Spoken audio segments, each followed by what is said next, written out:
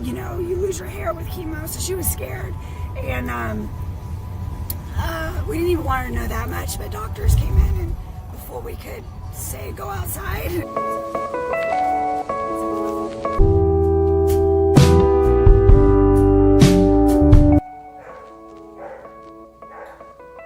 Hey guys, so this is the Let's Talk Raw Mommy and Daddy. Daddy got me out of the hospital for the first time in a week, huh? No, actually out of the hospital. I've only been out of the hospital once in a week. I think Monday. I won't leave Lily inside. It's really hard. But she's doing really well today. But we still need some more prayers, and we're so grateful for the prayers we've gotten. Lily does have, and I can say more because she's not with me right now. She does have more intense brain surgery tomorrow. It is cancer-free, no chemo, as we had been told just a few days ago that she would need chemo to shrink, even though when they figured out it was probably benign after not being sure about that, then they got to where it was a benign mass. And we've had a lot of stuff told to us this week, haven't we? It's just gone all over the place.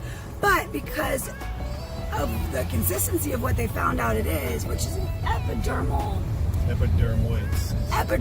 cyst, so the consistency looked deformed, which is what cancer looks like. So that's where they were calling it a mean looking tumor, which could have then been cancer. But chemo is not necessarily, and this is new to me, because when I say anybody, most people that aren't around the medical field or haven't been through it, when they hear chemo, they automatically think, okay, it's cancerous. Well, chemo really just, shrinks things and like kills things. So when our daughter was going to have to go through chemo about 2 weeks from now, originally before they went inside for the biopsy on Tuesday, she was going to be starting chemo 2 weeks after Tuesday, and then we were going to see the oncologist by Friday, right? Yeah. So, but then they came out of surgery and they were like, this is crazy. It's basically, now listen, we're not going to play down the fact that it's still brain surgery, because it is, and there is still a risk. However, they will not have to shave her head in any part, way, shape, or form. They're just going to part it, and it's going to be about this big, but it's going to be thin. Anyway, tomorrow morning between 7:30 and 9:30, they'll be doing the same surgery, but more intense, to remove this cheesy. So basically what they told me is in utero, so when she was an embryo, a stem cell hair follicle did not open up, I guess. It didn't form, it grew into the wrong place. It grew into the wrong place. So basically it's like an ingrown hair in her brain, kind of, like, but not a hair necessarily. Well, yeah, could be. It's more like a zit, I think. It's like an inside boil or zit. So it just kept growing and growing. It's dead skin cells, oils. That was it. But inside her brain. So that's still dangerous. So, I mean, you say the word zit and you're like, oh, she'll be fine. She is going to be fine. We know that. The Lord has been showing up and showing his you-know-what in a good way. But he's showing out, so to speak. But it's still brain surgery, so it's still traumatic for the baby, traumatic for mommy and daddy and sisters and grandma and grandpa and all these friends and family that have been so supportive.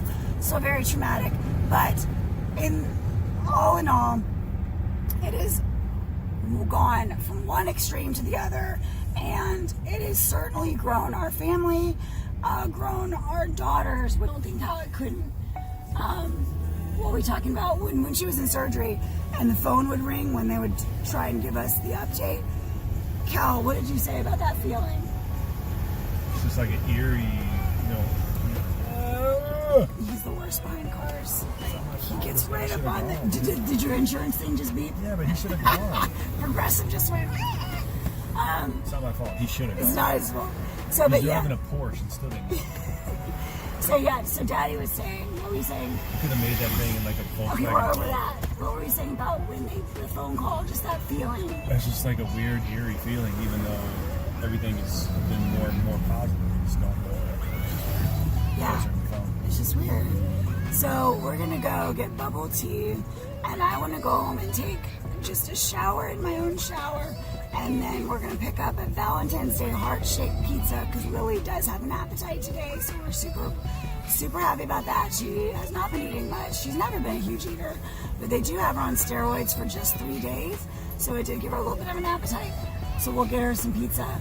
I am nauseous, don't feel very well, so I'm gonna get a ginger bubble tea to help my nausea, and I really want, I think I have a free one. yeah, you always have a free one. You go there so much more than you tell me. And every now and then I'll find a bubble tea, empty bubble tea cup in the car, and I'm like, you, mister. It's old. Plus they give me the little Lies, receipts. all lies. They give me extra receipts. I got receipts. So anyway, I'm super nauseous today, y'all. So I will do a 7-week update. Actually, by the time I do update, we'll be at 8 weeks because I don't really want to update from the hospital. I want to do my pregnancy update from home and like a good environment and kind of show you guys the things I help with the nausea and all that. It's obviously been, right now it's been mind over matter because I don't have the comforts of home, so I can't make certain things that I normally would make, like a ginger mango smoothie, which helped with my other pregnancies. So I've been really sticking to Gatorade, ice water, and just dealing with it. And Daddy brings me toast with butter in the morning. And right now, I really want a gluten-free turkey sandwich, which is usually not something I would totally eat, but I crave when I'm pregnant. Of course, I eat up the turkey for 15 seconds, and I like been using lots of mustard and olives. So, yeah. And, like some sort of spinach, some sort of folic acid, you know, a less gassier version of a folic acid type food. But anyway, so this has been a jam-packed story time of what's going on, but here's an update outside of the hospital. So for about, I give myself 2 hours before I start freaking out. I want to get back to the baby. So thank you so much for your support, your prayers. Daddy, I'm going to say thank you because we've had a lot of love. Thank you. Yes, we really are appreciative. And because we know that your prayers have helped our baby become a miracle. All children are a miracle. But we are just so grateful that our child's story has ended in such a miraculous way. And I'm believing that tomorrow is going to be even smaller than they said. I'm believing that they're just going to be able to suck that thing out and it's still going to be a thin. I'm saying it's not going to be this. I'm saying it's going to be. I just think, again, we're going to get better news. So that's all I got. We're gonna get to the bubble tea place. I've got really bad car sickness with this day sickness, morning sickness, my booty. So yeah, thanks for joining the Let's Talk Raw Mommy and Daddy, and we will see you später. Tschüss, auf Wiedersehen.